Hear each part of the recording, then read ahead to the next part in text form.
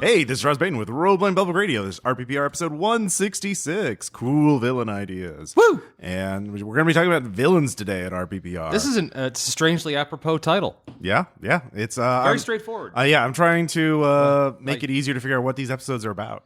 So why would you? You're saying that iTunes doesn't appreciate alliteration?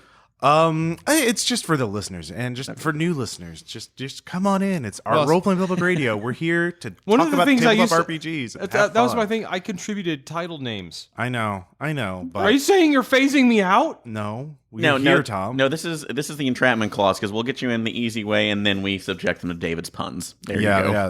That's the. Yeah, we gotta reel them in first, Tom.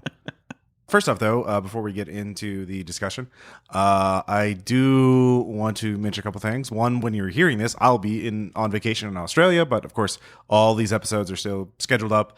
I recorded an extra month of content before I left, so yeah, I'll be posting stuff to Twitter and Instagram about my trip, and I'll still be on the Discord, RPPR Patreon Discord if you want to talk or ask questions or whatever. And when I get back, I do have some new plans for RPPR and the RPPR Patreon. So stay tuned. And also for this month of April, we have I won't be able to run a game because obviously Australia. But we will be having Bridget, Kyle from BPP Games, and Aron running games. So if you like our online games, please check that out for the $2 up on our Discord. And the work has only driven Ross partially mad. Well, I'm on vacation. I'm not mad at all. Yep, and mine will be out the first of the month, so expect to hear that soon. It might already be up by the time the announcement might be up by the time this episode goes up. So. This is going to go up about in the middle of the month. Okay, so yeah. But in other news, this is on the Mix 6, that I also work on. A listener who listens to both the Mix 6 and RPPR, Friedrich, was ever so kind and sent a care package to the Mix 6 of Icelandic aquavit Brennivin, which we did try in the Mix 6. Listen to, I think, the March Madness Hot Takes episode if you're on the Mix 6 Patreon. But he also sent us some Icelandic candy. Opal. He sent us 2 little boxes of it, red and green. Well, spiral red and green and white, red and white and green and white. So yeah. Well, but I mean, it's red and green, and so it's in Icelandic, so it's hard to translate what those flavors are. I actually had to spend a couple of minutes Googling to figure out what the flavor of each one is, and I did. So we already sampled this on the Mix 6, but for all of you to benefit, just to enjoy. We're benefit or the audience benefits? Well, definitely the audience. Yeah, it's not for you. It's for them, Aaron. It's for the listeners. So Tom and Aaron are here, and they both gladly volunteered. So I'd like to say I know what the flavors are, but I'm not going to reveal them until after you try it. But first off, what is it going to be, red or green? Green for me. All right. I'll continue on to the green portion of it first. Okay, so no one's taking a red one. Do you want me to take? Fine. Green's my favorite color. All right, green's my you favorite are wearing color a green too. shirt. So, but all right, go ahead and take one. And you're not telling us what this tastes. I will like. take it after. I will tell you after. After you. Are we doing this now? Yeah. Do it. All now. right, we're doing it now. Yeah. All right. Actually, is there a tissue? Let's just do one at a time. Let's see. Yeah. So, Aaron, you already have one in hand, so go ahead and try yours first. Can't tell if it's supposed to be gummy or hard. It is a type of licorice. I will tell you that. It's like a. And let's see. You took red. I took red. Yeah. Do you want to guess what the flavor is? I can tell you what it actually tastes like. What does it taste like to you? It tastes like Robitussin. Yeah? All right. It tastes exactly like old school Robitussin. Isn't that delicious? No, it's not. All right. All right. Oh my god. All right. You had menthol flavored. Whoa. Menthol flavor candy. That's what red is. Oh god. All right. So there goes green. Yeah. All right. All right, we got to get that ASMR in there of just chewing too. Is there any nicotine in here? God, something for my troubles. Yeah. All right, Tom. Tom's got to just It's kind of licoricey, but Yeah, it is a type of licorice. it's kind of Yeah. very unpleasant aftertaste to it. Yeah. Yeah. It's definitely a lingering aftertaste. That's the one I tried. Oh God. All right. Do you want to guess the flavor? Do you want me to have another one afterwards to see? Yeah, if you I don't can have to. I mean, you've already you. Oh, come on. Is it chili? No. Let me see if I can guess this. This is salty licorice or salmoniac licorice, flavored with the ingredient salmiac salt or ammonium chloride. Wait, what? Yeah, it's a common confectionery found in Nordic countries. Yeah. That is awful. All right, yeah, we went to the green. So, but honestly, Are you going to try the green too? Yeah. Oh, yeah. Hey, Aaron, pass me a red. All right, go for it. Yeah. So, no, I had, the other one. You can't taste worse than Robitussin. I mean, okay, we'll find out. See, the thing is, it has like the black licorice opener. Wait. Salmoniac gives a salty licorice and a stringent, salty taste, according to Wikipedia. Sorry. Because when you want to taste things, you want to taste astringent. Yeah. Man, I'm actually liking this a little better. The red? The red. The menthol. Mm-hmm. Yep. All right, so it tastes just like a pack of menthol cigarettes. Sorry. Yeah. Yeah. This is oddly neutral for me. I So you like both of you like the second one more than the first. well, okay. I don't like it, but the thing of it is that I think There it is. There it is. Yeah, I think the Robitussin, the menthol Robitussin flavor out of the red kind of ended up balancing this one out slightly. Yeah. That is some spectacularly foul candy. Thanks, Friedrich. In fact, I dare say calling it candy is a crime to actual candy. Whoa. That's what I say. Isn't continuing. Tom, can you hand me a tissue? I'm gonna throw this away. Thank you. All right. Let it be known, I could not finish Oh. either piece. Yeah. I finished the first one, but You both actually did better than Spencer. Spencer actually spat it across the room. he pulled a Glancy. Yeah, he just it got all the way to the door over there. Did it stick? No, it did land on the floor. Oh, I'm mildly disappointed. Sorry. So yeah, thanks, Friedrich. It's the gift that keeps on giving. What was Caleb's reaction? I'm just. Oh, it was awful too. Like, I think he had the menthol. I had the green. Well, there was also booze involved with that care package, wasn't Oh there? yeah, and the booze was bad too. Caleb and I both just chugged both our mini bottles, but Spencer just took one sip and he's like, "Nope, I'm done." That's why we have most of a bottle left, but we'll be saving that for our guest on the Mix Six. Too. Yeah. You sure you don't want to torture me with partial of that one? No, or- it's Aquavit. It's actually pretty similar to the other Aquavit we had. Oh, okay. Never from mind. Danish Daniel. So yeah, which we have previously sampled in the Mix Six. Anyways, the taste is not going away. no, it doesn't. Diet Dr. Pepper's only making it worse. Yeah. Oh man. New stretch goal. We just get horrible foods to sample.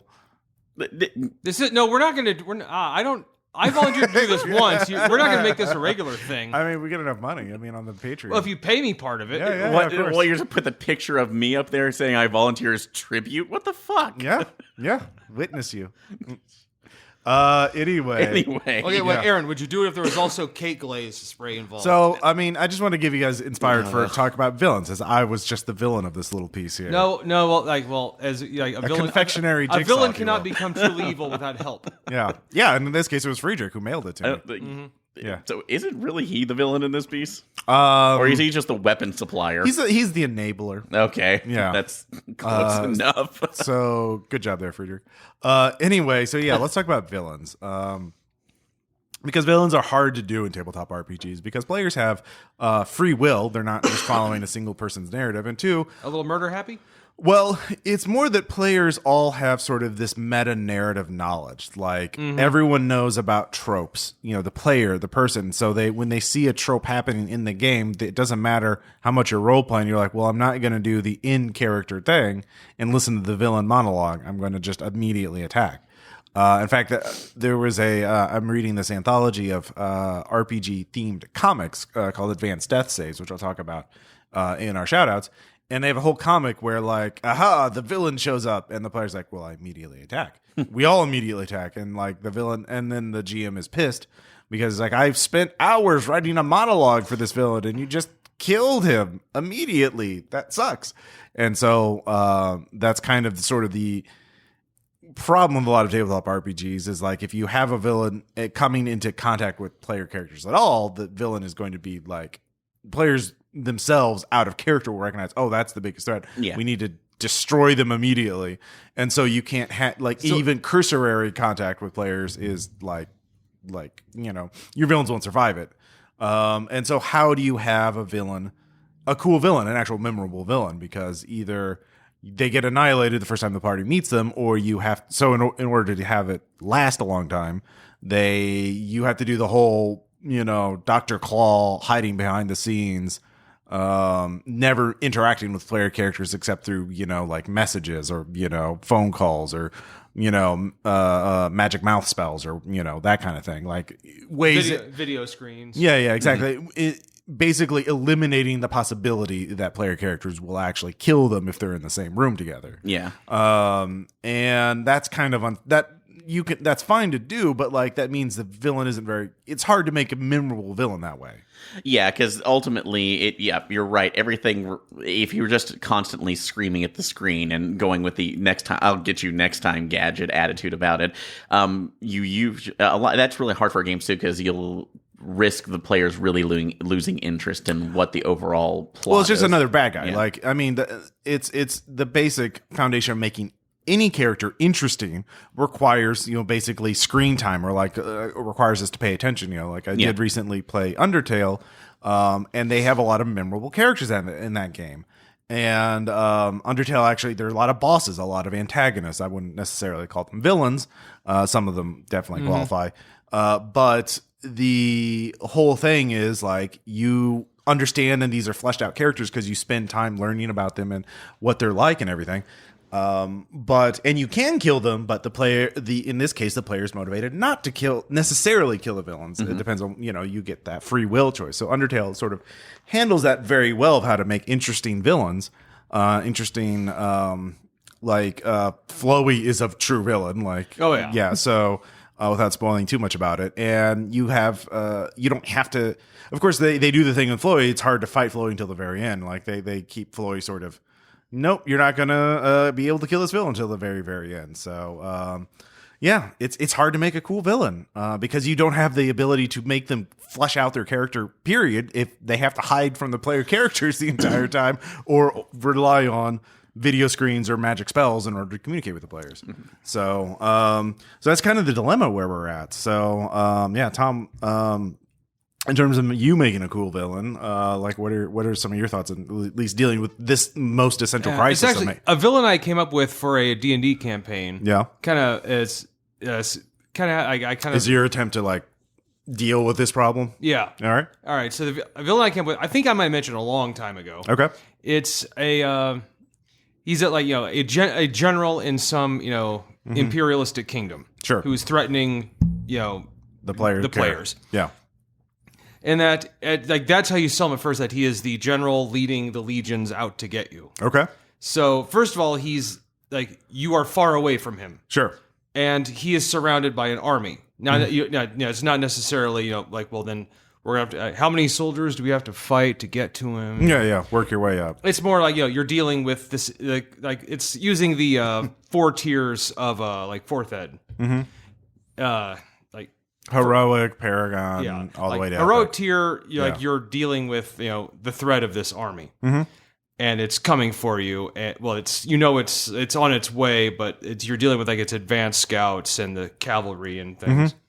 Then in the next tier, it's now the army's here. It's time to get ready for, like, it's kind of like dealing with Cortez's army in the right, yeah. So you're just escalating threats. And then finally, this is when it all culminates in the big climactic battle with the general leading it. And the idea I had for this villain was so the players win, wipe out the army and kill the general, and we've done it. But the twist was then for the epic tier, the general was actually made a deal with Asmodeus. that in exchange for the souls of his entire army, which he then dedicated to Asmodeus, he would, upon descending into hell, because that's totally where he's going. Yeah. He will, because it also works with the how hell, how souls are dealt with when they reach wherever they go. Yeah. He gets immediately elevated to the status of pit fiend, but gets to keep his memories and personality. And then one of his his second in command, who had escaped but was can actually summon high level demons, summons him as a pit fiend. Okay. And so now the general's back, only now he's the same person, only now he's a devil. He's like an epic level devil. Okay, so yeah, this isn't even my final form, essentially. No, that's actually a good thing, is letting the giving villains access to the same kind of resources player characters have, in which case player characters can be resurrected or in this case, reincarnated. For, of course, player characters, you're going to use druid spells and turn into badgers or whatever. But in this case, he's a bad guy, so why not be reincarnated into a demon? So yeah, that could be a thing. Certainly, to me, it's first it's getting to him. Yeah, and because well, how do you characterize him at those earlier stages then? As I would characterize just as what they've heard. How do the players know he's not just generic bad guy? I'm just it's at that point that you can just say his reputation on the battlefield and the things he's done, he's known as the merciless, but but you have to make coldly merciless, because if you want to make him so they're hearing stories about him. Hearing stories about him, and then they start seeing, as they are going through the heroic tier, they're finding their witnesses are going forward to what he's done. Okay, so basically getting the backstory and lore from second parties, first it's just the general. Yeah. Then you get his name, and then you start hearing things he's done, and so on. So they're being fed a steady flow of information about him. So I mean, that's definitely good. That helps characterize him. Aaron, any thoughts on that? Otherwise, I think not a lot from what you described right now. I like what you were putting up ahead of that. There's a lot of background motivation that you don't initially see, that you might actually get through different little pieces of information going forward until you reach that point of this is my final form. Guess what you just did with it, or being able to kind of draw back on those previous experiences to build that larger picture. Going oh, this is what he was going for. Wow, we fucked up. So I mean, that's definitely good. I think that's kind of the standard way, especially for a D&D kind of thing. I mean, that models the D&D campaign structure, where you start at low level and work your way up to higher level, dealing with ever greater threats, monsters to fight.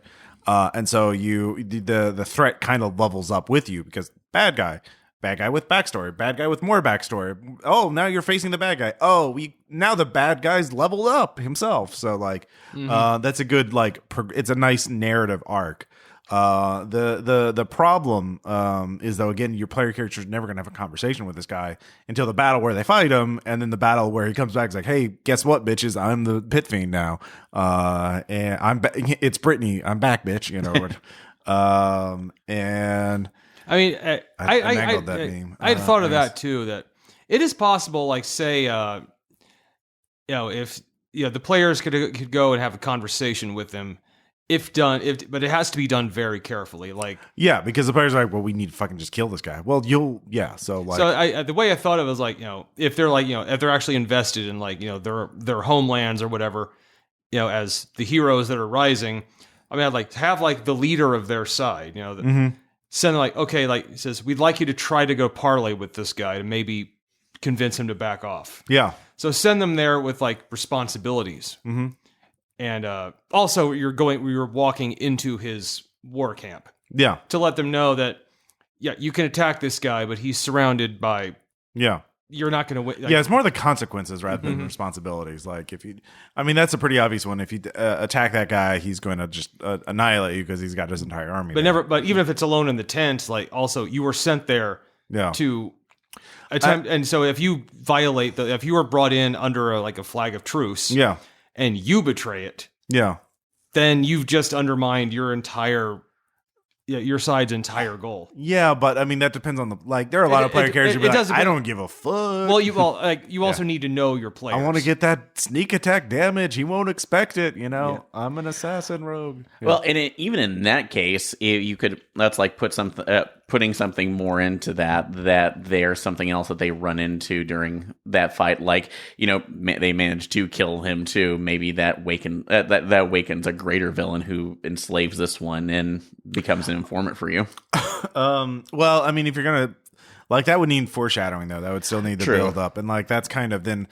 Yeah, I mean, you don't want to. You need to worry about spontaneous murder. Yeah, I mean, it's hard to have too many. I mean, you can't have too many villains. Like too many cooks.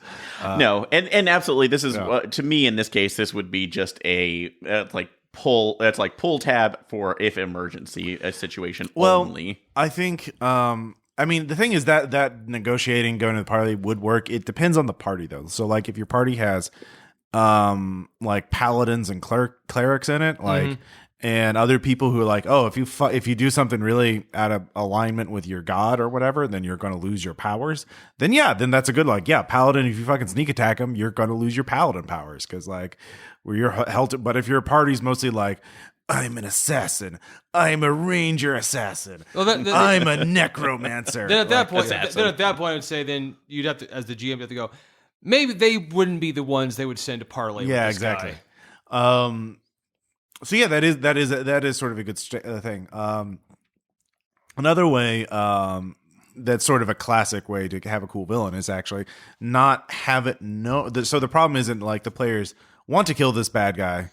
But they don't know who it is exactly. So I think that's the other way to do it. And that's certainly more applicable in modern games, especially in mystery investigative games, Night's Black Agents or Delta Green. There's a conspiracy or there's a group of bad guys led by someone. We don't know who that is. So the player characters have to find out. And so or it's a serial killer. And so, of course, then you have the same problem where the players are never able to interact with them directly. But then it becomes figuring out who the person is and then going and get them. Yeah, well, cases like serial killers, you could have they make cryptic calls to the heroes. And, yeah, I mean, again, that's sort of the trope. Phone calls, taunting messages, unique signature. You can still learn the backstory. Kind of as a general, you could talk to witnesses or do forensic. So instead of talking to somebody who survived the battle against the general, talk to the Hannibal Lecter character who knows about this. Oh yeah, exactly. Yeah, or may have some insight into that. Yeah, that's a good one too. Yeah.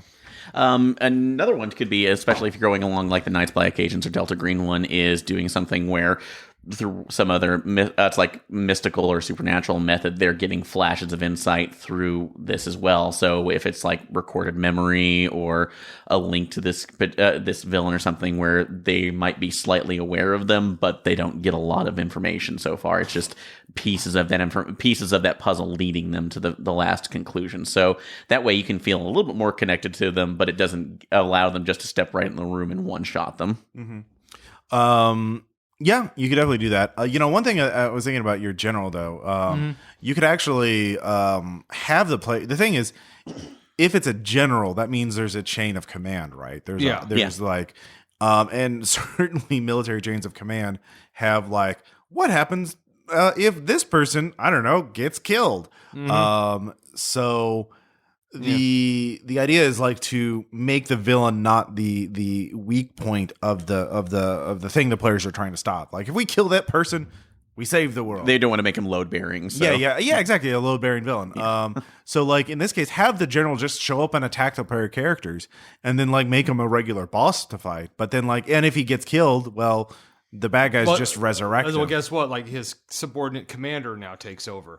Or a subordinate commander, or again, it's D&D. There's literally resurrection spells. Mm-hmm. So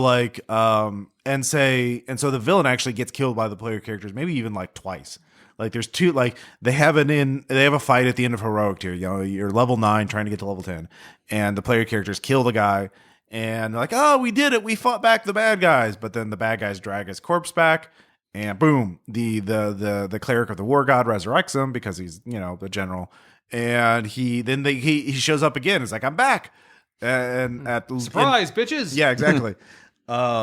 And the player characters kill him again, because even though the general leveled up, so have the player characters. The player characters like, we destroy his body. And like, well, you didn't destroy everything because he left a lock of hair behind. So there's still enough that like I think the level 9 resurrection spells, like you just need a tiny piece. Yeah. So what this does also is the general now realizes he's been killed by the same team of people twice. He's never going to, he realizes he cannot kill them by himself. And that's when he does, this gives him a motivation to do the Asmodeus plan. It's like, I need more power in order to do that. Well, I better go make a deal with this literal demon and become a pit fiend, and then I'll have enough power to stop these people that are stopping my plan. Besides, like, what are my soldiers but my tools? Exactly, yeah. They're trying to die for this country anyway. So just go with the escalation. That's like method there. Well, it's also more satisfying from a dramatic standpoint, because the reason why he does this pit fiend thing is because of the actions of the player characters. The player characters are the ones pushing the plot forward through the unintended consequences of their actions. So yeah. But also maybe the player characters have chances to talk to him. Maybe they try to talk him down, and like he takes their words into consideration, you know, like, oh, you're a hypocrite because you believe in justice, but you're killing all these innocent people. But it's for the greater good. Is it? Your king's really corrupt and he just wants more land? It's like, wait, I don't believe you. Look at this evidence. And so like, then he's like, well, now I need this pit fiend power in order to kill the king. Oh god, yeah. That'd be even better. It's like, oh my god, I've been serving a corrupt emperor. Yeah. There's no way I can stop him on my own, but unless. Yeah. And so he makes a deal. He kills the king, becomes dictator. And then it's like, faces the player characters, you have shown me so much. Join me. And the player character's like, dude. Oh god. He's summoned as a pit fiend, and as a pit fiend just walks up to the characters like, I've come for your help. Yeah, exactly. Let me help me overthrow the king. And the player's like, no, you're a pit fiend. I'm a paladin. This won't work. It's like, wait. But then he throws their words right back at him. Yeah, it's like, yeah, but what? Oh, look, I made a decision. Yeah. This is the only way we had to go. Let's just wrap this up, and then we can kill each other. Yeah, exactly. Yeah, maybe they decide to work together temporarily in order to overthrow the corrupt king, because he's the one who's, even if you kill this general, the king's just going to raise another army and go out. Like, he's never going to stop because he's fucking evil and corrupt. And so the player characters kill the evil king with the help of the pit fiend, and they're like, all right, now we have to fight each other. And so that's like, see, now we've taken a very basic villain and given him a super great motivation. And he's interacted with the player characters multiple times without and so he's way more memorable than just like, oh, he's the bad guy at the end of the dungeon. If you and that's what I kind of thought, like, and a great epic conclusion to a campaign would be, if you kill a demon, like a devil or demon on the material plane, they just reappear in their where they're from. Yeah, they're immortal. So to stop them, you would have to go down into the 9 hells. Oh, okay, yeah. And at this point, and I think part of the deal was that most demons, if they fail, are demoted. But part of his deal was, and I can never be demoted. If he has enough souls to feed. So. Which is why, like he said, make the deal was, like, you make me a pit fiend, remember who I am and still be me, and never, I will never be able to be demoted or destroyed by you. I will give you the souls of all 50,000 of my soldiers. Right. So at that point, like, Asmodeus, even like, well, I can't demote him. Like, so what? I got 50,000 fresh souls. Yeah. Of a lawful good country otherwise. Yeah. So yeah. You could work it any number of ways. So like the player characters, of course, then Asmodeus is like, I don't like this guy because I can't demote him. So like, maybe I help the player characters sneak into hell. But then you're asking, like, but hey, players, like, you want to make a deal with Asmodeus, the Lord of the Nine Hells? Well, that's the thing is like, well, then you're really clever is like, it's through an intermediary that the player characters don't realize it's Asmodeus until it's too late. Yeah. But it's like, strangely, this stranger who agreed to help you, he seems to know a lot about the 9 hells. Yeah. Like, a lot. Well, I mean, presumably the players would look for somebody who knew a lot about the 9 hells in order to figure out how to sneak in there. So, and they walk up to this guy and don't notice that's like some priest with a knife sticking out of his chest, hidden behind the altar. So yeah, and of course, like, unless they go, "Are you Asmodeus?" Yeah. Because you have to tell us if you're Asmodeus. So really, it's about killing the player. All this is basically to say the best villains are the ones where the best option for the player characters is to not kill them immediately when they meet them, because I think the key to making a memorable villain is having them interact with the player characters face to face. And actually, I was very watching like also what makes a great villain, and also is they have motives the players can understand. Yeah, that's true. That's why cosmic horror is hard to do a lot. The cosmic horror villains, because if they're just like, I want to summon Azathoth, well, he's gonna fucking nuke the planet. I want to summon Azathoth, you know. Well, and I think there's actually an easier way to kind of do that depending on what you're playing, and I think that's when you have villains who might have personal connections to the characters in the beginning too. In particular, where with a lot of games, you have people who have either dabbled or gone straight into the supernatural for other reasons, and then were either corrupted by it or that's like you're talking more like a Cthulhu. Yeah, Cthulhu or Delta Green on that point too. Like from the last what would have been. God, it wouldn't be All Hail the King of Time. I can't remember the name of the first Common Rider thing I did for Delta Green, but the actual main villain behind that too, and was actually not the actual creature itself. That was the thing, basically trying to do cleanup duty in order to say like, you screwed up, you shouldn't be around here.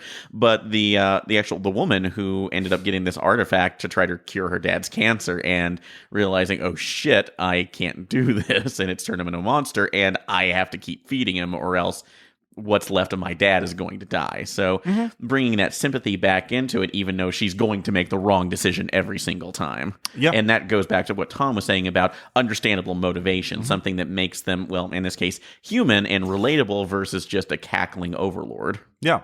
Certainly like the general, if you say, oh, he comes from this honor culture that like you have to obey your superiors no matter what, it's kind of a samurai sort of thing where like the guy, the general knows the king's corrupt, but he's kind of like, that's just how kings are. He kind of denies how bad he's also my king. Yeah, he's also my king, so I have to follow his orders. So like, let's go invade. Because we're better than that other country anyway, because those countries are full of player characters. Yeah, they're jerks. Like PC-vania. PC-vania.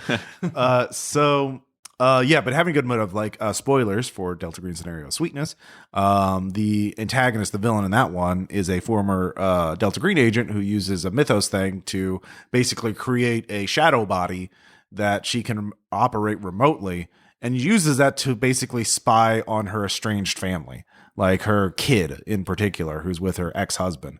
And so like, that's it. Like she's just wants to be with her kid, but like, they're divorced and she doesn't have visitation rights because, she's kind of unstable after all that Delta Green shit she did. Yeah. So like the player characters also, it has, because of the mythos thing, it's this weird shadow body that the player characters can fight or deal with several times and then kind of realize it's not killing the kid. It's not just kind of hanging out. It's kind of like visiting her at night. Like, what the fuck's going on? And so they have this chance to sort of interact with the villain before they actually meet the villain in person. So I felt, anyways. No, good. Or like that the game where you're playing Secret Service agents. Yeah. It was a Russian woman whose dad was a KGB agent assigned to assassinate the president. Yeah. And she just wants to carry out her dad's wishes after he died. Yeah.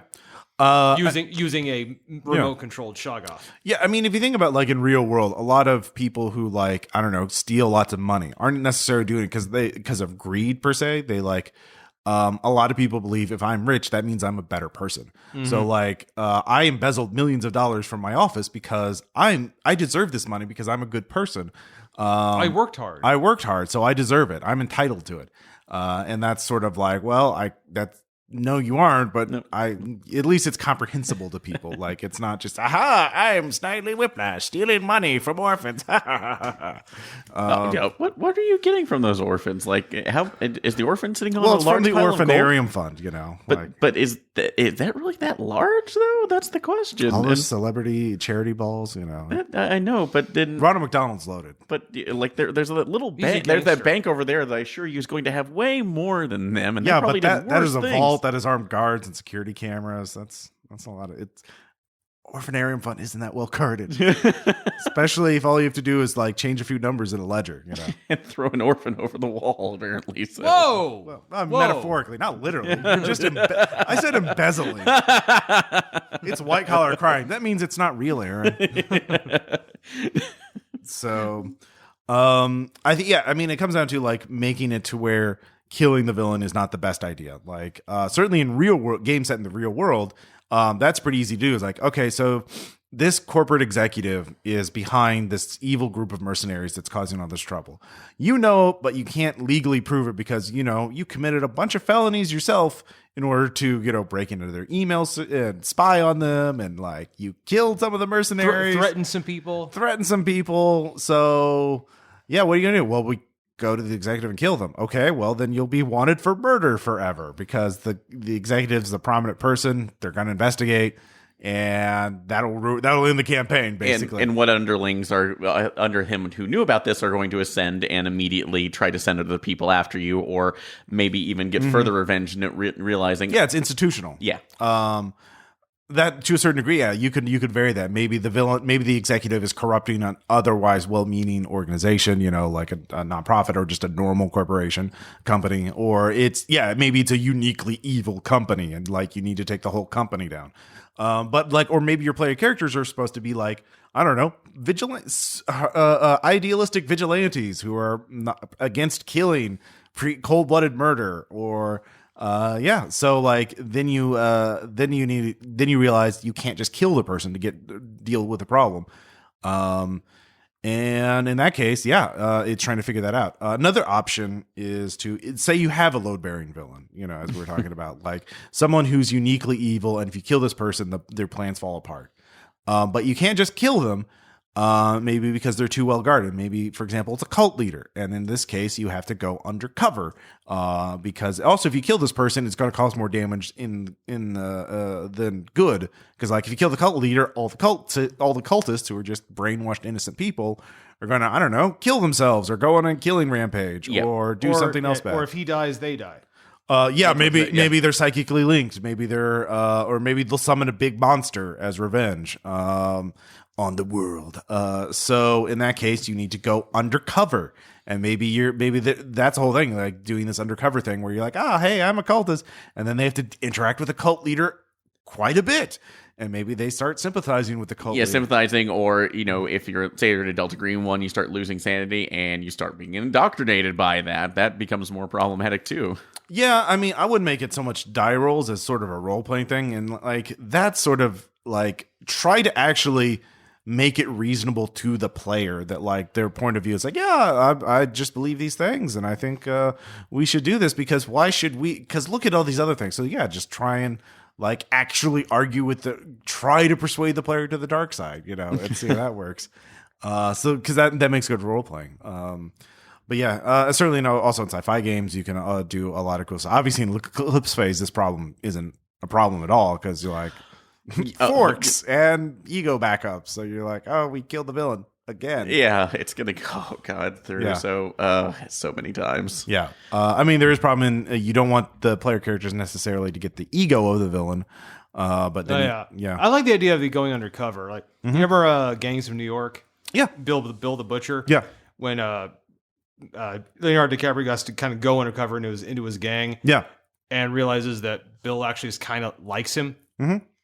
Yeah, and that's a really good trope. Not just in a cult, like in a criminal organization. Like it's also like Donnie Brasco and stuff like that. Like where realize the villains like actually legitimately like you. Yeah, and you like the villains too because they're very charismatic, and you also realize they're a lot better than some of the other psychopaths in the criminal organization. Like he's keeping order in a chaotic place. Like if you kill him, the Don's psychotic bloody axe Steve is coming in.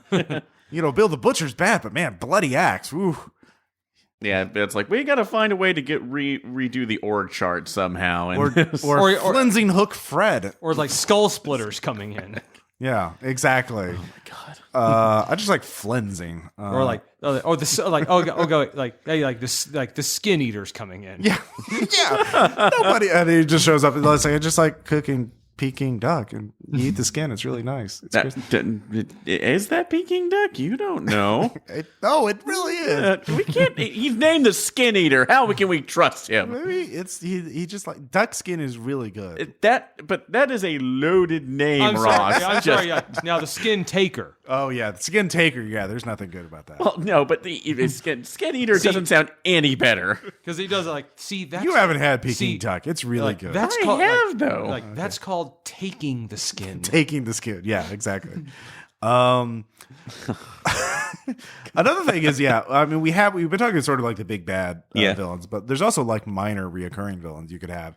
And like, obviously the biggest example in RPPR lore is Balgrin, the Rotund, because the player characters kind of adopted him. Even well, you made the mistake of giving him a very memorable voice. Yes. So that was on you. Yeah, no, clearly. And so like comic relief villains are good too. And that's actually a good way to actually maybe sort of like, I wouldn't say corrupt player characters, but like, oh, there's Balgrin again. What he did? Oh, he set the Orphanarium fire. Oh, Balgrin, that's really naughty. Wag your finger at Do him. the meme thing, except that dog, it's Balgrin looking up. So yeah, exactly. So that's actually a really good way. Is just make them like, make them comic relief, make them likable, and make them not the primary antagonist. In that case, the player character. Make them a person. Yeah. I agree. Like, that's the problem with like doing cosmic horror villains. Yeah, I mean, cosmic horror villains, you can go sort of True Detective and just like time is a flat circle, everything is pain. Why not end it all? And just in certain games, like for example, kind of like Caleb's God's Teeth, you could. I was about to say that. Well, you could do that too, but also as the example from it when whatever avatar of Nyarlathotep ended up encountering Team Masticate, and he was speaking literally to Bast inside the rest of them. And like it's not an immediate threat, but it is highly disturbing and still makes it really interesting that you have this entity who could probably thoroughly kill you, but is choosing not to because of what you carry. Yeah. That kind of Nyarlathotep villain is also really good if it's just like someone who talks to you but like won't directly interact with you, like but again it's like basically a hologram, kind of thing, and that's interesting too. But again, like I feel it's the best ones are real people that like are similar to the player character so that they can sympathize with them and just are opposed to the player characters. Like super villains in superhero games are great example of that. Yeah, exactly. Because ostensibly you're not supposed to kill them, so they can keep showing up again and again. You can learn more every time you fight them. You learn more about their motivations, and what if that villain unexpectedly is the one to jump in front of a bus to save a small child, and you're like, what the fuck? You've killed like 100 people. It's like, but never kids. Yeah, exactly. You're like, still. It's like you've literally killed you've killed hundreds. Like, but I'm in Payday 2. They were all cops from the elemental plane of cops. Yeah, they're all just law elementals. They were law homunculi, so law elementals. I mean, homunculi works too, I guess. Okay, thank you. I still do want to write that something. Oh my god, cop elementals. Exactly, cop elementals. Then you can sort of build it up, and then you can comics are really good in terms of like over time making really interesting villains. Of course, the thing is, comics do the thing where they can switch perspective from the heroes to the villains, and like, let's see what Eddie Brock is doing in the sewer talking to Venom. Where in an RPG you can't really like, okay, I'm going to do a cutaway scene where two NPCs are going to talk to each other for like 4 minutes. It's like, excuse me, I'm going to read the story. Yeah, let me read the story. Which will just kill the game dead. Now you could do some experimental things, like you do like little storytelling games or like side games where like, let's see what all these villains are doing in a one shot that's totally away from the main game. So like, what if the Sinister Six got captured by Arcade and had to fight a battle royale with other villains? And then like you do a one shot where all the player characters are playing villains that they previously beat up, and like they have to work together as a team to fight off other villains, or something like that. Because that could be really interesting, because then the player character is like, okay, yeah, I see this. And then they can read like the little backstory you've written for them, work that into their role playing. Or make it the setup too for something else larger that the heroes have to deal with later on. So. Yeah, it's like a foreshadowing. Like Arcade's got this awesome power now that he can kidnap 100 villains and force them to fight to the death.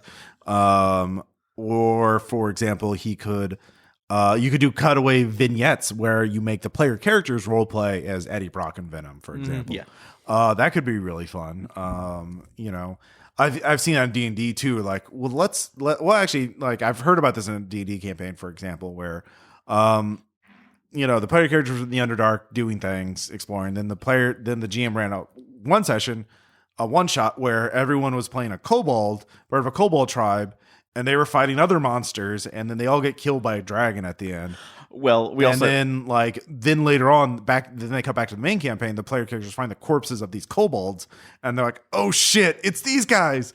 And then they know that the shadow dragon's around the corner. Well, the thing is, we actually have a good example here on RPPR, specifically with Tribes of Tokyo. That what was it? Yeah, what was 5,000 years in the future. Yeah, 5,000 years in the future. But somebody let a samurai live in that one. And, the one in the past. Yes. Yeah, somebody. I don't know what you're talking about. Yeah, see, I actually read about the D&D thing I just mentioned gave me the inspiration to do that. Oh, okay. So yeah, it's a technique we've used in our PPR multiple times that I've used because Kale doesn't understand the idea of a campaign is to run it in as many systems as possible. Is it though? Yeah, I mean, it's really good if you can run at least two systems. That seems like a little more your experimental Godspeed You Black Emperor way of role playing, which is not bad in certain points, but you know what? Some people's heads might explode every once in a while. It's good, Aaron. It's objectively good. You just want to throw in all the different games. Is it objectively good or subjectively good? I will run every game, every system, every setting, and everything. All right. God, that sounds like a games done quick challenge, Ross. Oh, are you challenging me, Aaron? I don't. I'm just saying that sounds like one. We could probably do that. I don't think it's done with role playing games though. At some point, at some point, I do want to do an Eclipse Phase game where one session is in a symbol space, so it's an entirely different system. I know other people have done that where they've done for one session they just played D&D. It's like you're just playing an MMO and you need to go find this person in this MMO. So and they drop that, and then here are your characters. We're playing D&D next time, and you have a submission where you have to go find this one person. So yeah, I don't know if that would be exciting or just drive me nuts. So I definitely want to do that. I'm definitely. We know you do that. Yeah. So. So yeah, going a little straying from the topic. But yeah, but cool villains. Now, are there any particular type? Are there any villains that you've wanted to do and you haven't gotten the chance to? Because you mentioned the general, but like Aaron, are there any particular like actual particular villains that you want to do at some point? I was trying to think because a lot of the villains that I do, as I was saying before, I usually do I want them to have personal connections to the player characters and being able to relate back and forth. Honestly, if I were to do one, it probably would be like one of the larger over cosmic villains too, that realistically you can't understand the motivations. You just have to actually go and fight them and then start building up little pieces of information over time too, to figure out like what would make like them we a were person. talking about last night. Yeah, exactly. Yeah. So are you familiar with like the manga or the anime X? I think. Yes. Yeah. Oh, yes, I am. I've watched a little bit of it, but I haven't. So the basic premise in X, if it's the one I'm thinking about, and I think it is, basically at a certain point, there's these people who are defending Tokyo because it's always Tokyo from bad people, and whenever they have to defend the people, basically like a certain square section of like 10 blocks or whatever of Tokyo is like put in this force field or put in this time distilled bubble, and if the good guys win the fight. And so they do their typical anime fight, blow up buildings and cars and fight each other with swords and all this other, anime bullshit. But if the good guys win, then Tokyo suffers no damage. The bubble just disappears. Everything is as it was. All the good guys are fully healed, even if they died. But if the bad guys win, all the damage just instantly happens. So so imagine time stops in this one section of Tokyo. They have this huge anime fight. The bad guys win, and suddenly there's like all the buildings start collapsing. So is it like the game cubes dropping in Reboot and the user winning? Sure. That's actually what happens to in Reboot. That when the games, that I never figure out this reason why they did this, but they drop it in the computer programs or the binomes that are in there have to play in it. Mm-hmm. If the user wins, the entire sector comes up, is destroyed, and everybody else is nullified. Essentially, they have their physical forms removed. So. So that's the basic. So you could do a villain like that where you have to do these random boss fights, and then like you just have to keep killing the villain over and over again, and they can keep coming back, and any damage that happens to the environment is just instantly restored. And of course, if you lose, then not the case. So yeah, so that is a cool idea. Tom, any others? I like the idea of one. he's doing his evil plot, but he's actually done someone where he has tried literally every other legitimate way to do it. Yeah. The case like is this a fantasy or modern or sci-fi? It's like sci-fi, like a supervillain, like who is like he's got a goal that he's like a space opera kind of thing. Space, I mean, maybe a space opera or Eclipse Phase or what? Anything like that. I think it would work with a lot of those. Just the villain is like he wants to do something that's for the greater good, but he has tried every other way. Like I mean, it's is this like a political goal, or is this like a engineering science thing, or is it like again? I kind of think it could be any goal, but I'm thinking more of a like a social political way, like a way to maintain the peace or to stop something bad from happening. Okay. And he's literally, he's over years has tried everything. Okay. And he's come to this where like I want to do a villain who's right. Okay. He's like, no, like this is the only way I can do this. Mm-hmm. And the players have to stop him, but they can't do the do you have any idea what you're doing? Like, yes, I really do. Okay, so you could do like Jor-El is like Krypton's going to blow up. It's going to like I need to do this evil thing in order to stop I need these resources. Well, that's the Thanos argument too. It's like I'm absolutely positively sure this is how it's going to go through. Thanos is still freaking wrong. Yeah, Thanos is objectively wrong. He is, but also but he's convincing himself. But it's more just the villain. The villain is right. Yeah, that's what I was saying, Jor-El. Okay. So like Krypton is going to blow up. Okay. So like I need to steal these resources to build a ship to save at least one of us. Okay. Yeah. So he's trying to save us. All right. Yeah. But the players they're trying to stop him from stealing things. Like, look, I have to do this. Yeah. All right. And so it's a fanatical villain. It's because like, no, I'm literally right, and I hate being right, but I'm right. Yeah, I mean Thanos. Yeah, like you can understand his motivations. Well, that's what I was saying. I kind of misunderstood if he was right because his motivations, but he's convinced himself of this. He's not but the player character, like an impartial observer, can like easily conclude that Thanos is wrong. Yeah, because. One, if you had the Infinity Gauntlet, you could just make more resources. Yeah, like, you could you could literally create a whole planet, like resource planets. Yeah, like here's a planet made of food. Like overpopulation isn't even the problem in the real world. Like we have enough food to feed everyone. We just don't. They don't have enough money to eat. Like we just choose not to allocate it to them. Yeah, we have so much food wastage. Blah blah blah. Okay. So the other thing is, if you had infinite power, you could make infinite resources. You could make more planets and other things to feed everyone else. Yeah. Thanos, the way I interpret him is that he is so traumatized by the death of his planet and the fact that the only way he can, feel catharsis through like, I watched my world die, everybody die because they didn't follow through with my plan. So if I follow through with my plan, then my suffering has had meaning. He's trying to validate his own suffering, like essentially. And so he's just been driven mad by watching the extinction of his own people. And that's why he's trying to inflict his stupid idea on everyone else. Because he's caught in his own past. And so, he's someone you can understand, but it's more different if like, again, that's why I was saying Jor-El. Because like Krypton is going to blow up. No, and I understand that particular one too, where where Tom was going, the inevitability is right, and you're just having to do something there. So no, that was where I didn't catch that portion of it before I heard that. So although if you want to go back to the Thanos example for a second, to go to his original motivation was I really want to get it with death, and that won't sell for international. Boning the skeleton is not necessarily going to translate well on the big screen. No, that's probably the better. I mean, I would have really enjoyed that, but like, I know, that you would have everybody else but us going out, going, "Wow, that sucked." Just no, it's like, what the fuck? What did I sign up for? Why is Timmy asking me why the Purple Man is attracted to Skeleton Woman? Yeah. That is. For one thing, one idea I've had for a villain, well, I'm still working on it. I'm still not there, but like at some point I do want to go back to Base Raiders and write more stuff for it. Like I mentioned, the Law Elementals. Yeah. But I also want to bring in Cool Rat from. I remember your idea for this. Well, I don't know if I've talked specifically about this because I don't want to make Cool Rat the villain. Cool Rat is going to be.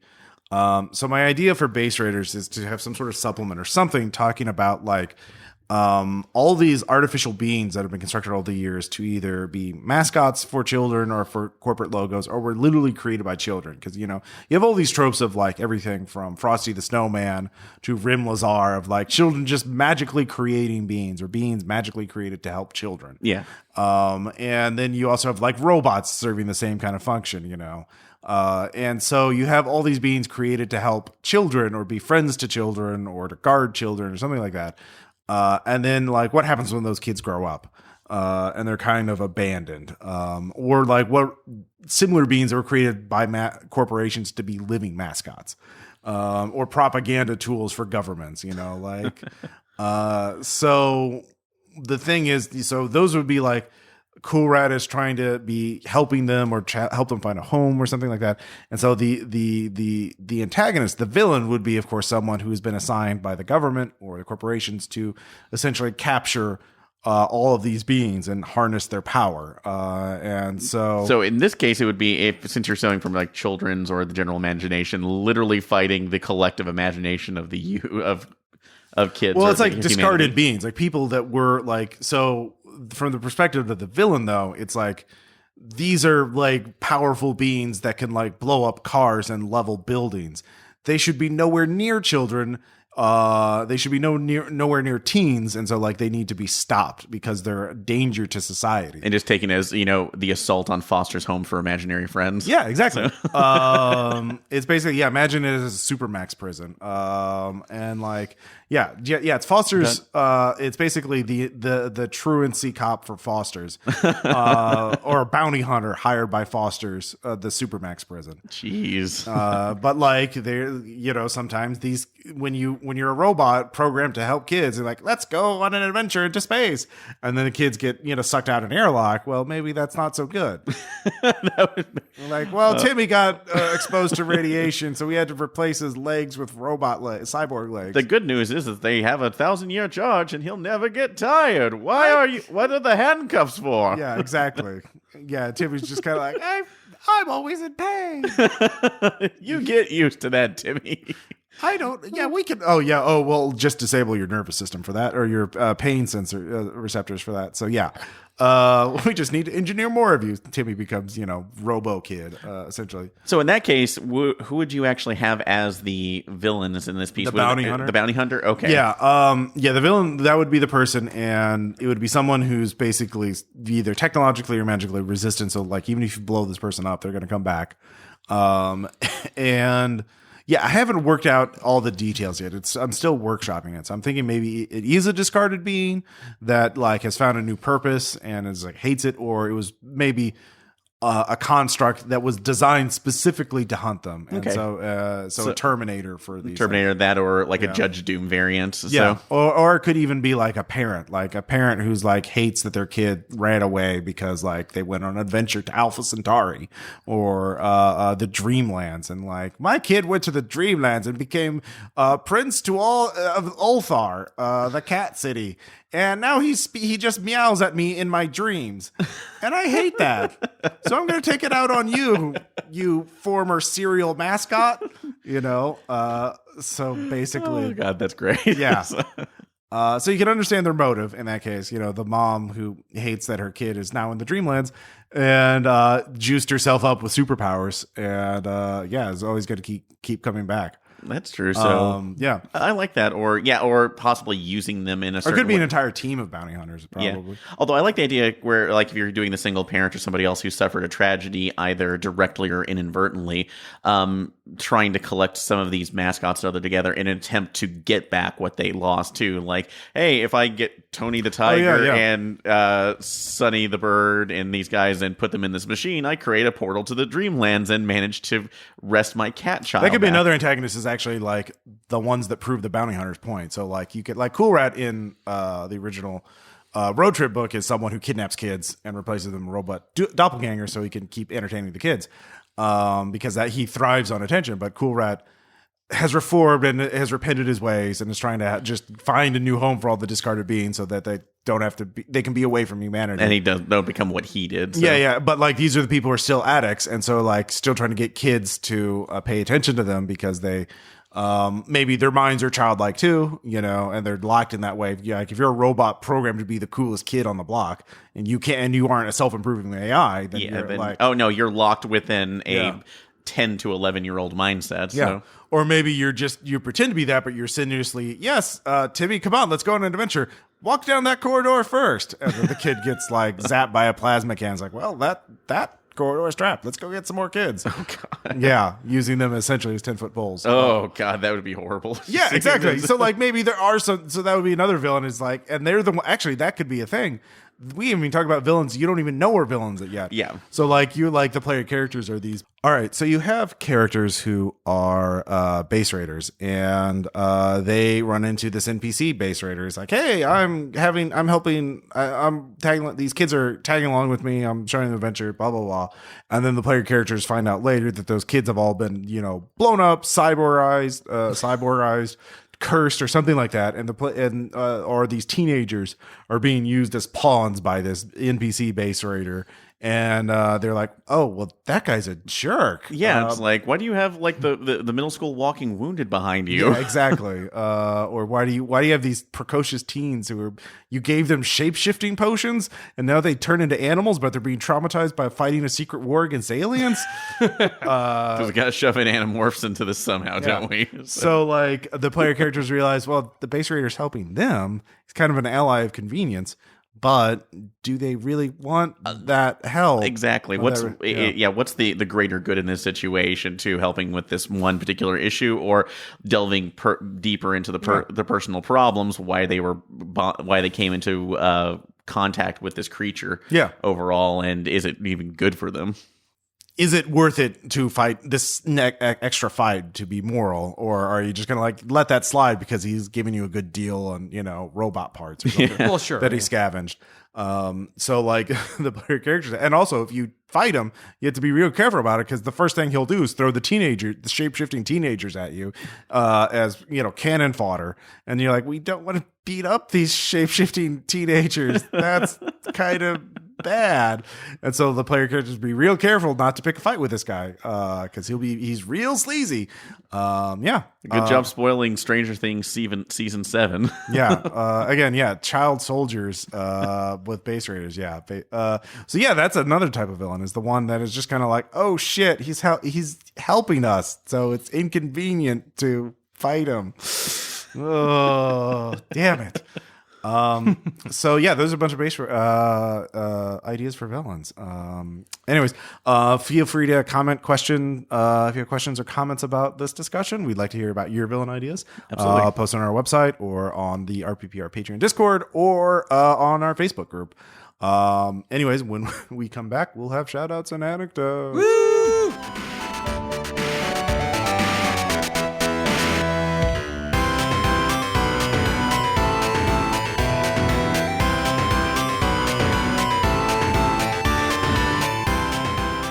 And we're back. And Woo! I'm probably going to have some Vaporwave on here. I'm not sure, though. Whoa, no way. I just need the music you would not expect to hear at any point. So. Oh, you're challenging me? Yes, so something else that you just normally don't do on a regular basis. So maybe some normal synthwave. So I've done synthwave before. Okay. All right, well, I'll think about it. We should get into anecdotes. First one I want to mention is Advanced Death Saves, which is the graphic novel anthology I mentioned earlier in this episode. It's a compilation of little comics that are about RPGs. In particular, they have one that is essentially a 2-page spread of The Haunting, and all the high points in The Haunting, and just as a little RPG party of Call of Cthulhu investigators going through all the highlights of The Haunting. Is it just the general haunting, or is it the haunting? Your haunting. What? Yeah. They referenced our haunting? Yeah, well, I mean, not your particular run of it, but the scenario. Oh, God. Oh, jeez. Yeah. Okay. That's from the same guy who did a bunch of these D&D maps as big spreads with RPG parties wandering through them. Oh, I've seen those. Yeah. Same guy. But they have other ones too, and they've all been pretty fun. So yeah, it's a neat little anthology. So it's out now on print and PDF. Nice. And yeah, I backed on Kickstarter. Anyways, Tom, you had a video game. Yes, one on Steam. You know me, I'm a huge fan of sim games. Okay. And business sims, but like I actually can spend hours making fake money in, business sim games. And there's one called Spinnertality, which is essentially, it's like you are running a futuristic, cyberpunk global corporation bent on both conquering death and taking over the world through business. Yeah, essentially, so it starts in like 2045, and your first goal is to be able to research the technology to download your own mind and the minds of the board of directors into clone bodies so they can live forever. And then you have to pursue, a way to take over the planet, either through just direct conquest, or manipulation of governments. Or actually being really nice. There's actually an ending in it's so imagine like all the mega corporation tropes of cyberpunk and dystopian futures. It's a good game to talk about when we're talking about villains. Yeah, and except you're the guy running that corporation. Yeah, exactly. You're the villain. Yeah, because you also have to make products and but it's a business sim. But one of the things is like, well, the governments don't really allow this kind of technology to be sold. Like, oh, well, then let's get rid of that government. And exactly. Bring in one that will sell what I want to sell. Yeah, I mean, cyberpunk corporations, especially cyberpunk corporations, there's not really a good one. No, they're all pretty villainous. Is like they're going to make money whether you like it or not. Yeah. Best one you can hope for is the one that kind of finds you is ambivalent to you and it's like, we're not going to completely kill you, but we're still going to poison your environment mostly. Yeah, like I can't think. Yeah, like they're making replicants. They're trying to grab Xenos for bioweapons. Like there's no good ones. There's not oh wow, that's a nice peaceful corporation that's not at all destroying a lot of. Now, what I like is one of the technologies you can research is human augmentation. Yeah. So you can literally, like, if you get to the highest levels, you can literally create, super enhanced mutant monsters as your entire workforce. So like all of your workers have minds that have been programmed to operate at like 100 times normal speed. They're engineered to tirelessly do work. Yeah. And you can make all of our staff right now are. We don't have human staff anymore. Yeah. So how do you avoid getting replaced yourself? Oh well, you implant safeguards. Oh, I see. Yeah. You can go into that villain thing. Yeah. And there's also a lot of the endings of the game. Like, okay, I'm just gonna spoil it now because fuck it. Yeah. All right. But yeah, you can research AI too far and AI takes over. Yeah.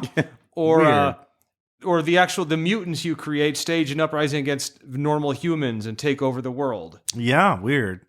So yeah, interesting. Or you can also conquer global warming, become a hero, and literally leave the world a much better place than you found it. That is also one of the endings you can do. Yeah, propaganda. Or you can also take over all media and just rule the world secretly. Okay, yeah, interesting. Does sound like a fun game. Speaking of video games, I have a video game to talk about. And that is Night in the Woods, which is an excellent platforming sort of storytelling game. It has animal people. Every character is an animal, but they're just people. That style of furriness where they're May, who is a cat, but she is also a college student. Well, was a college student. She's coming back home to Possum Springs in Western Pennsylvania, and having dropped out of college. And she's kind of like not sure what to do with her life now. And she meets up with her three friends from high school. And the whole thing is about like her trying to like figure out a point in life. And it's very relatable, and it's got excellent dialogue, excellent writing, great art, great art style, great music. And it's a very moving game. It's talking, about everything from existential dread to just partying to, relating to parents and friends, growing up, all that fun stuff. It is a excellent game. So what's it called again? Night in the Woods. Night in the Woods. Oh, I remember you mentioning this. Yeah. Yep. It's a great game. I highly recommend it. I even bought the soundtrack on Bandcamp. So maybe we'll use that music, Aaron. I don't know why you're saying that so derisively I don't because know. There's There's actually a mini game in it that's a roguelike. It's a top-down sort of Zelda-like roguelike. That's also pretty fun. You get achievements for beating that game. In the game. because it's all about the Chivos for you. Actually, it's not. There's some achievos that I don't want to like. You have to do multiple playthroughs to see everything in the game. So I've only done one playthrough yet. I still have to go be BFFs with the B. I went with Greg the first time. So yeah, you get to choose what like they're like. Are you going to hang out with this friend today or this friend today? And so I hung out more with Greg than with B. And so yeah, yeah. So I'll have to play through. Oh no. But you have a Steam game that you want to talk about too. Yes, it was one that I got last Christmas called The Messenger. It was released by Devolver Studios, so you kind of know their stuff for new like Enter the Gungeon and others. The whole place is very much a throwback to Ninja Gaiden, where you are playing a trainee in some hidden ninja village that's protecting against a horrible entity. I'm trying to see if I have basically it's just a larger horrible entity that's going to come every 1,000 years and destroy you. Like you do. Yep, and you're actually not the main hero. You're waiting for the Western hero to come through, but he is only supposed to show up when that's like your hero does. Well, lo and behold, he shows up. Your hero's not there. He slaughters your village, and the elder sends you off with a scroll to go fight, to basically deliver and to get a lot of message. I have gotten to the point where the nice secret has been revealed, but I don't want to spoil it because it's such a fun plot point that it makes it a lot more interesting. But gameplay wise, very much like Ninja Gaiden, where you have a lot of crawling, quick reactions. And it also has a lot of heavier RPG elements into it as well that you can experience, level up a lot of your equipment. And entering first, basically, it's a surprise that you get into this mystical store with this, one of your shopkeepers. What are you buying? What are you selling? Who just constantly harasses you when you're going through it. Just like, what are you buying this for? I don't have this available. What? It's like you don't need that stuff yet. So I haven't gotten too far into it yet, but this was given to me by our friend Chris. So Big shout out to Chris Farmer. Yep, as usual. So he highly recommended it for this. So if you like a lot of the action platforming along with the RPG elements and just again a more self-aware humor, this is a really good one. All right, cool. One last shout out. It's a documentary on Netflix called Behind the Curve. It's about flat earthers. Oh, Jesus. It's entertaining. It's quite interesting to get an insight into their mindset. And they talk not just to flat earthers, of course, but actual scientists and psychologists trying to figure out why do they believe this stuff. And there are annoying parts where they try and focus on this sort of like romantic subplot between two flat earth YouTubers who are like flirting with each other. And it's like, oh, will they or won't they? Like, oh God, I don't care. But there's one really great moment where like we got this $20,000 laser gyroscope. And so if the earth is round and it's rotating, it has to rotate of 360 degrees in 24 hours. So it's 15 degrees an hour. So if it does that, then this laser gyroscope would rotate 15 degrees an hour. We'd be able to measure it. Right. Mm-hmm. And so we turned it on and it measured 15 degrees an hour. So we realized it's being interfered with by radio signals. So like, we put it in a gauze proof metal tube. So it can't get outside signals, or no, not a gauze, but like a Faraday cage. A Faraday, but you're blocking it off from the signals that it would need to measure. No, it's measuring rotation. So it still worked. So it still measured 15 degrees an hour. Oh, so okay. We realized, so now we're going to put it in a tube of bismuth, made out of bismuth to get real accurate readings. Because if this doesn't work, man, I don't know what that means. It's like, the Earth is round? Yeah, can't mean that. No, not at all. It's a sphere? Yeah, apparently. One point is like they keep talking, the flat earthers keep talking about like, well, there's just a big wall of ice at the edge of the earth. They're like, well, show us this fucking wall of ice. If there's a fucking Game of Thrones style wall of ice, fucking go to it. Show us footage of it. Try and climb it. I know. Are there White Walkers over there? Is it the DC source wall and we break into the next universe? What the fuck? Yeah, exactly. You think they could prove? You think it would be easy? But anyways, so it's a good documentary on flat earthers. Oh god. And yeah, they're kind of dumb. So anyways, before I did leave for Australia for my vacation, I did run some more games of Warhammer 40k Wrath and Glory. They're going up on extended early access. This is going to be sort of an episodic campaign where every game is going to be sort of a one shot, but with reoccurring characters. As each mission, you guys are just going to get a new mission, go out and go do them. Called the Pilgrims. That's the group name. So in one of these games, you guys landed on an Imperial settlement. And you had to figure out something weird was going on. So something fishy. Yeah, tell us about it a little bit. Well, what happened when you found out about it? Yeah. All right. So the planet, if I'm remembering this correctly, we landed on, we named Skagtoria. Yeah, I just asked for a name. You called it Skagtoria. Yes, all right. It sounded like an appropriate Warhammer game. So, sure. If you need to correct me on this, because of course, my memory's going off. But we landed there after dealing with some chaos. Yeah, you're basically taking shelter on the planet. Yep. There's a chaos ship that was kind of like preventing you from reuniting with your Eldar ship. Yeah. And so, because the planet had orbital defenses, but the chaos ship was out of range. Yep. But we managed to go ahead and land on there. Renee's battle sister. Secrets there. Yeah, there were all sorts of secrets. Rene's battle sister character had a contact through another battle sister, I believe. So no, she's just an Imperial Guard. Just Imperial Guard. Okay, captain who had fought with her. So yeah. Okay. But yeah, they found out that well, 2 and 3 weeks ago, my memory's already going. This is bad. But yeah, that there is a general secret being held below the surface as well, so that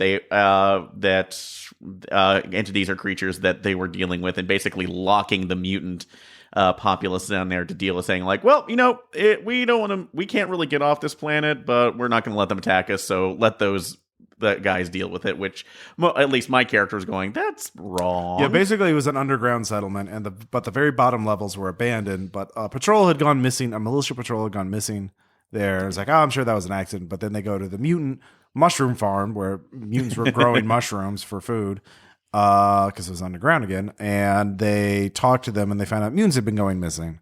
And the community, yeah. And we also ended up finding out a plot by the head tech priest, I believe.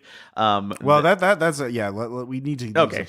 So they go to the farm and they realize that the bureaucrat in charge of the mutants has been a real jerk.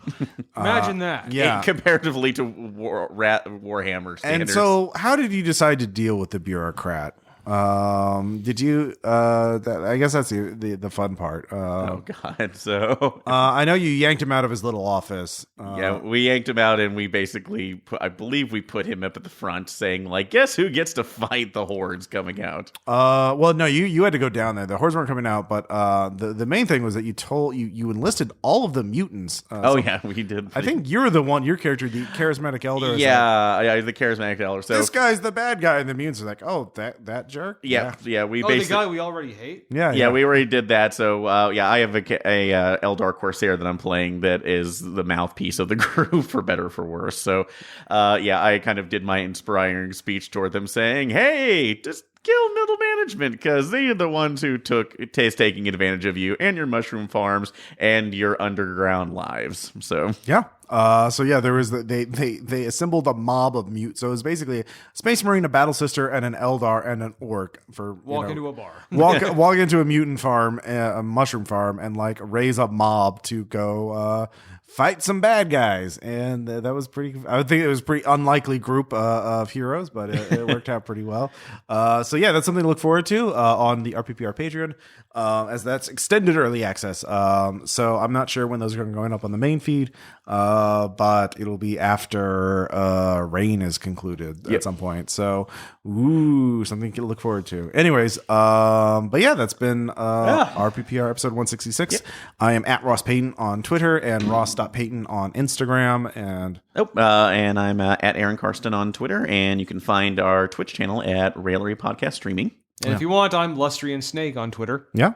Tweet at us if you want to. Feel free to be sure to Like, comment, and subscribe on iTunes or Stitcher. Be sure to rate and review us on those platforms or whatever platform you use to listen to podcasts. That's deeply appreciated. Also, we have the RPPR Patreon, where we have a lot of bonus podcasts, early access for a lot of cool stuff. Also, Ruin playtests. You want to hear my current survival horror, architectural horror, RPG playtest in progress at the $10 level and above. And we'll have some more special offers in the future later this year that I'll announce when I get back sometime in May. And there's other cool stuff there. And you can listen to us talk more. Yeah, listen to us talk more. Thanks, Tom. Thanks for summarizing it. I do what I can, Ross. I do what I can. So this has been RPPR episode 166. Thanks. Bye. Bye.